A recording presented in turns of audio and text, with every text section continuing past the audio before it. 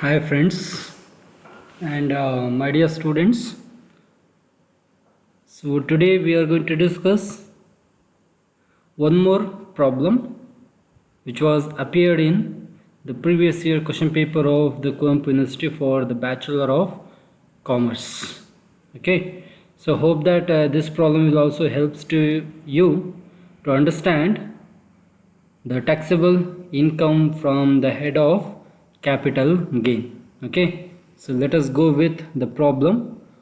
Here comes: from the following information, compute the capital gain for the assessment year 1920. So they are asked to find out the taxable capital gain, and here comes the details of the three house properties which are sold in the previous year. Okay, so in the first column they have provided the date of the purchase.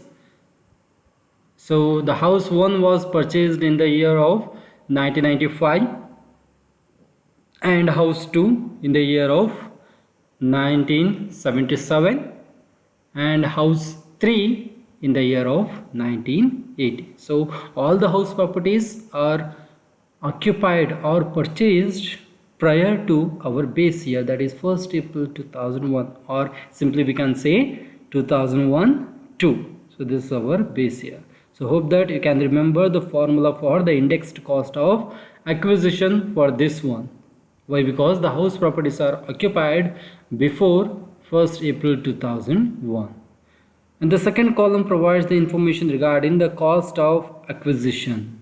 So the cost of acquisition of house 1 is 5,50,000 and house 2 2 lakh and house 3 2,60,000 rupees. And next one, the cost of additional construction in 2000. So there is an additional construction in the year of 2000. There is no additional construction of house 1. For house 2 there is an 10,000 amount which was incurred, and for house 3 it was 20,000 amount. Simply we can say that we have to ignore this cost of additional construction. Why? Because if any improvements or the additional construction or development made before our base year, it should be ignored. And next one, the fair market value as on 1st April 2001. So as these house properties are occupied before our base year, that's why they have provided the fair market value as on our base year date. So for the first house property there is no fair market value.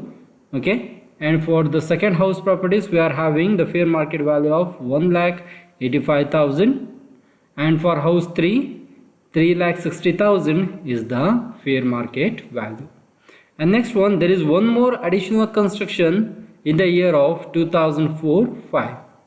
For house 1 there is no any cost which was incurred for additional construction. For house 2 the additional construction is costing rupees 51,000, and for house 3 77,000 has been incurred. This is the cost of additional construction, which we can consider as the cost of improvement made in the year of 2004-5, and this improvement was made after the base year. That's why it is considerable for the competition process. Next, the sale proceeds of the house property in 2018-19. So all these house properties are sold in the year of 2018-19, and the costs, not the cost, and the sales proceeds are 90,60,000 for house property 1, 50 lakh for house property 2, 60 lakh for house property 3. The next one, purchase of new residential house in 2018-19. Whatever the amount that the assessee has earned by selling the house 1, he has purchased one more residential house in the same year, and the cost of that house property is 15 lakh rupees. Okay, so later on we will discuss what the treatment will be for this one.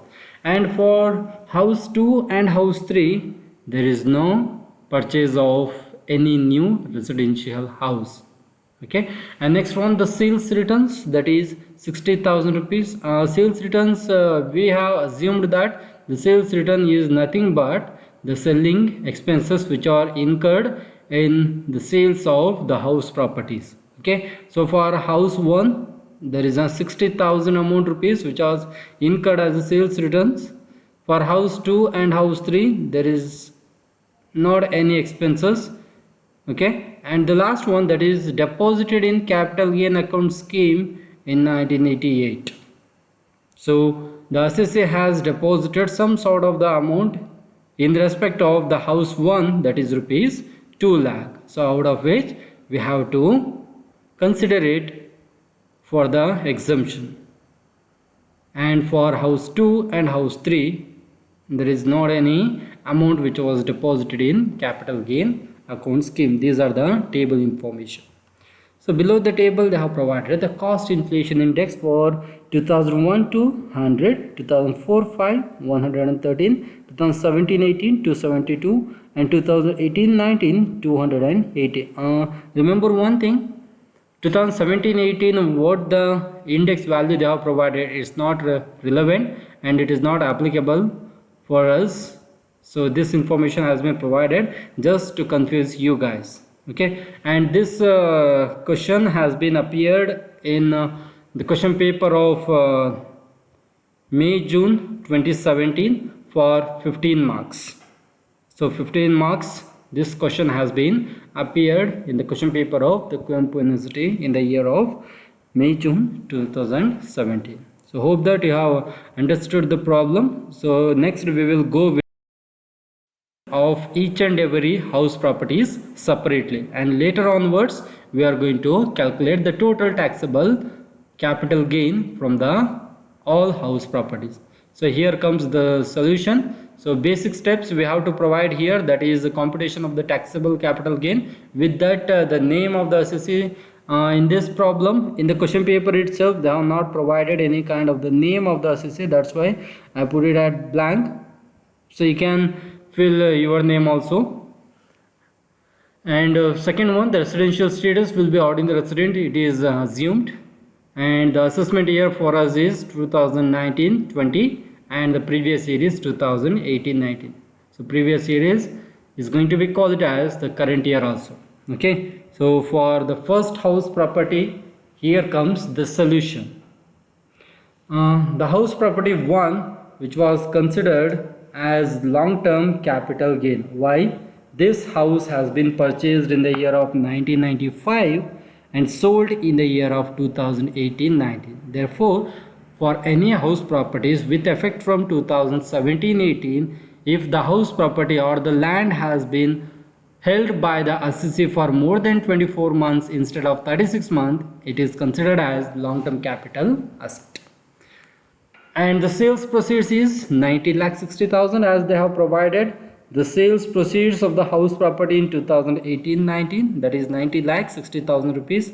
And the selling expenses, we have considered the sales returns as the selling expenses for house property 1, that is rupees 60,000. And therefore, we are going to get the net sales proceeds or the consideration of house 1, that is rupees 90 lakh, which we are going to put it on the outer amount column. Next one, the indexing values.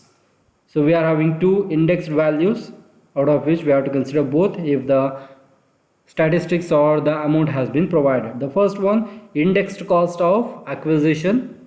Okay, so indexed cost of acquisition, this house property has been acquired before 1st April 2001. That's why we have to go with the second set of the formula, and the formula is provided in note number 1, that is indexed cost of acquisition equals cost of acquisition or the fair market value. And for the house property 1, cost of acquisition is 5,50,000 and there is the absence of information of the fair market value on 1st April 2001. Therefore, the 5,50,000 will be considered. So whichever is higher multiplied with current year index. What is the current year index? 280 is the current year index, and the current year is 2018-19 divided by the base year index. Okay, so the formula is having little bit changes as compared with when the property has been acquired on or after 1st April 2001. Okay, so the formula is cost of acquisition or fair market value as on 1st April 2001. Whichever is higher, we have to consider, multiplied with the current year index divided by the base year index. And here comes the computation process. 5,50,000 multiplied by 280 divided by the base year index, that is 100.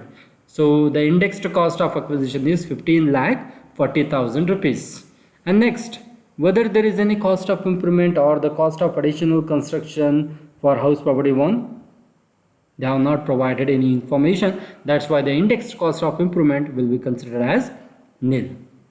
And the total indexed value is 15,40,000 rupees. Okay, so the gross long-term capital gain which we are going to get by deducting this 15,40,000 rupees from the net sales consideration, that is 90 lakh rupees, that amounts to 74,60,000. Okay, so this is the gross long-term capital gain.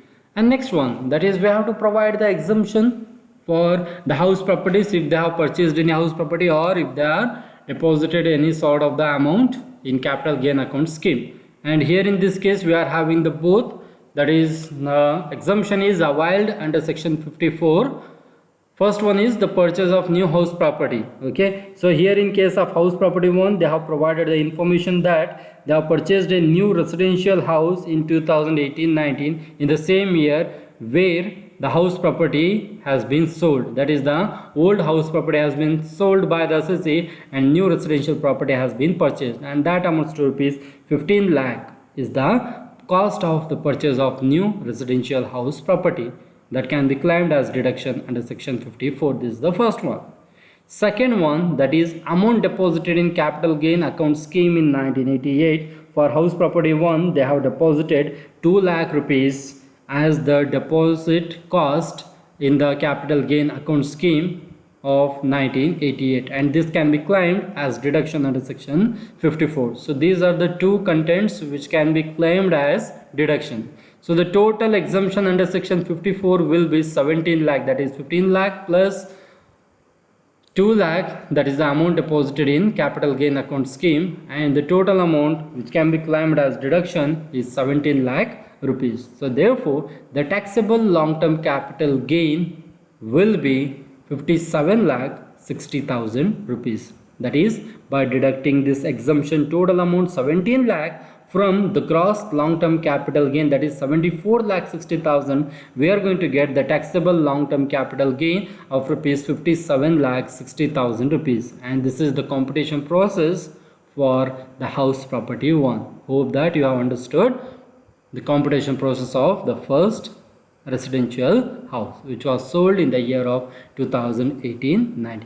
Okay, so there is a note 2 also, sales returns are assumed as the selling expenses. Okay, and house property 2, and here comes the house 2. So house property 2 is also a long-term capital asset. Why? Because it has been acquired in the year of 1977 and it was sold in the year of 2018-19. Okay, so that's why the holding period is more than 24 months. It's going to be considered as the long-term capital asset. So we will go with the computation process. The first one, that is the sales proceeds. What is the sales proceeds for house property 2? So they have provided in the second column of the house property 2, sorry, not in the second column, that is rupees 50 lakh. So 50 lakh is the sales proceeds of house property 2. Whether there is any selling expenses which are incurred in transferring this asset, there is no information regarding this one, that is the selling expenses. So therefore the net sales proceeds or the net sales consideration will be the same amount, that is 50 lakh rupees. And next one, that is indexing process, the similar process. The first one, indexed cost of acquisition. So here also the same case, the property has been acquired before 1st April 2001. That's why we have to follow the same formula what we have considered in house property 1. And here I have provided in note number 1 again for the clarification. Indexed cost of acquisition equals the cost of acquisition or fair market value as on 1st April 2001. Out of these two amount, we have to consider the highest value, that is whichever is higher, multiplied with the current year index divided by the base year index. So here the cost of acquisition of house property 2 is 2 lakh rupees, and the fair market value as on 1st April 2001 is rupees 1,85,000. Out of these two amount, 2 lakh rupees is the higher value, multiplied with the current year index, that is 280, divided by the base year index, that is 100, and this amounts to rupees the indexed cost of acquisition, that is 5,60,000. Okay, so this is the first one. Second one, the indexed cost of improvement. There is a cost of additional construction in 2004-5 of rupees 51,000 for house property 2. So this what we are going to consider as the indexed, the cost of improvement, for which we have to do the indexation. So for the indexation of the improvement cost, we are going to follow one more formula, that is we have provided in note number 2. Indexed cost of improvement equals cost of improvement multiplied with current year index divided by the index of the year of improvement. So this is the formula which I have taught you in the beginning classes. So you can refer some more beginning classes videos for the clarification of how the improvement cost is going to be indexed. Okay, so here go with the formula. The cost of improvement of house property 2 is 51,000 multiplied with the current year index, that is 280, divided by the index of the year of improvement, that is 130. The improvement was made in the year of 2004-5 and the index for 2004-5 they have provided after the table, that is 113, which we are going to consider as the denominator. And the multiplication and division process will amounts to rupees 1,12,832 will be the indexed cost of improvement, and the total indexed value, that is indexed cost of acquisition and indexed cost of improvement, that amounts to rupees 5,60,000 plus 1,12,832, that is total of 6,72,832 will be the total indexed value, which we are going to deduct from the net sales proceeds or the consideration, and that amounts to rupees gross long-term capital gain of rupees 43,27,168 will be the gross long-term capital gain. And here in case of the house property 2, they have not claimed any kind of the exemptions under any sections which can be availed for the exemption from section 54 up to 54 GA. There is not any investment which can be qualified for the deduction from the gross long-term capital gain. Therefore, the taxable long-term capital gain for house property 2 will be 43,27,168. That the same amount of the gross long-term capital gain will be considered as the taxable long-term capital gain for house property 2. So hope that you have understood the house property 2 also. I will move on for the last house property, that is house. Comes the solution for house property 3. So this one is also a long-term capital asset. Why? Because it is acquired or it is purchased in the year of 1980 and it was sold in the year of 2018-19. Therefore, the holding period is more than 24 months, not the 36 months. Therefore, it is a long-term capital asset. So the sales proceeds they have provided in the problem itself, that is 60 lakh rupees. We have to less the selling expenses if they have provided, and for house property 3 there is no any kind of the selling expenses, therefore it is to be considered as nil. And the net sales proceeds or the net sales consideration amounts to rupees 60 lakh. And thereafter we have to do the indexation of the cost of acquisition and the cost of improvement. So the first one, that is indexed cost of acquisition. So here also the acquisition is made prior to 1st April 2001. We have to follow with the same formula which we are used in house property 1 and 2. That is, we have provided in note number 1, indexed cost of acquisition equals the cost of acquisition or fair market value as on 1st April 2001, whichever is higher, multiplied with the current year index divided by the base year index. And here for house property 3, we are having the cost of acquisition of 2,60,000 rupees and the fair market value as on 1st April 2001 of rupees 3,60,000. So out of these two amounts, the fair market value will be the higher value, therefore it is considered, that is 3,60,000 rupees. So 3,60,000 rupees multiplied with the current year index. What is the current year index? 280 divided by the base year index, that is 100. Therefore the indexed cost of acquisition will be amounts to rupees 10,08,000. Okay, so this is the indexed cost of acquisition computation process. Second one, that is indexed cost of improvement. So there is one more improvement which was made in the year of 2004-5 for house property 3 also, and here I have provided again the formula for your clarification. That is indexed cost of improvement which is made after 1st April 2001, cost of improvement multiplied by current year index divided by index of the year of improvement. So the cost of improvement which was made in the year of 2004-5 is 77,000 rupees multiplied with the current year index, that is 280, divided by index of year of improvement, and the improvement was made in the year of 2004-5, therefore the index for 2004-5 is 113, and the amount which was indexed is 1,90,796.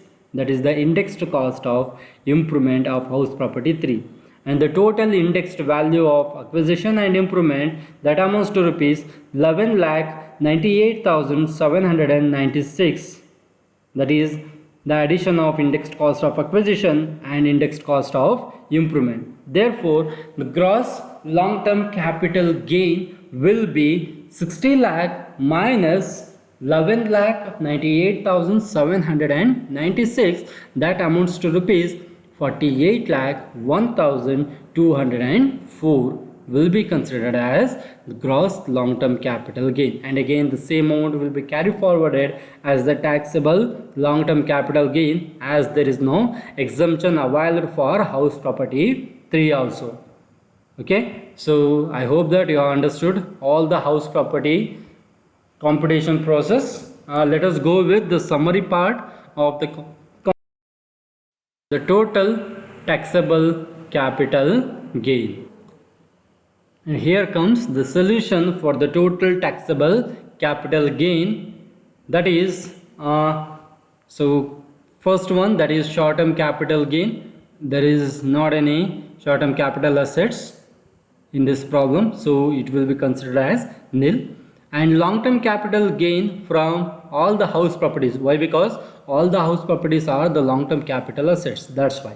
House property 1 is having 57,60,000, house property 2 43,27,168, and house property 3 48,01,204 is the income or the capital gain from all the house properties. And the total long term capital gain, we can say it as 1,48,88,372. Okay, so therefore the total taxable capital gain is 1,48,88,372, or we can say it in the lakhs form also, 148,88,372 also. So therefore the final interpretation, that is, from the above computation process, it is clear that rupees 148,88,372 is the total taxable capital gain for the assessment year 2019-20. So hope that you have understood the whole problem. By hoping that So I will end up today's class. If you like this video, please press on the like button. If you still not subscribed my channel, please do subscribe and press on the bell icon to get the notification of my coming classes videos. Thank you very much. So this is Manju B, Assistant Professor of Commerce, Kodachadri Government First Grade College, Hosanagar, Shivamoga District, Karnataka. Thank you very much once again.